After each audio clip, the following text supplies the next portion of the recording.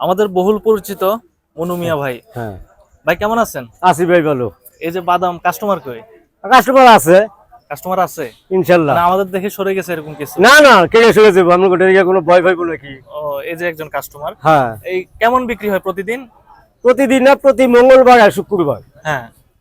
মনে করেন না, 60-70-50 এগুলো কি কেজি। বাদাম? কি বাদাম এগুলো? এটা আমগো দেশি বাদাম। দেশি বাদাম। দেশি বাদাম। ও, লাভ থাকে কেমন? এই মনে করেন কেজি 10-12 টাকা তাই। এই বাজারটার বিশেষত্ব কি? আপনারা যে বাজারে বিক্রি করতেছেন, হ্যাঁ, এটার বিশেষত্ব কি? এটার নাম হলো বাইগুনি বাজার। হ্যাঁ। এটা বাইগুনি বাজার বর্ষাকালে জমে। বর্ষাকালে জমে? বর্ষাকালে জমে, যতদিন কাঁঠাল আছে এতদিন জমে। কাঁঠালের বাজার। বুঝছি বুঝছি। আপনি যে বাদাম বিক্রি করতেছেন কাঁঠালের বাজারে, হ্যাঁ, কাঁঠালের বাজারে বাদাম বিক্রি করি আমরা। কত বছর যাবত? বোধহয় 40-42।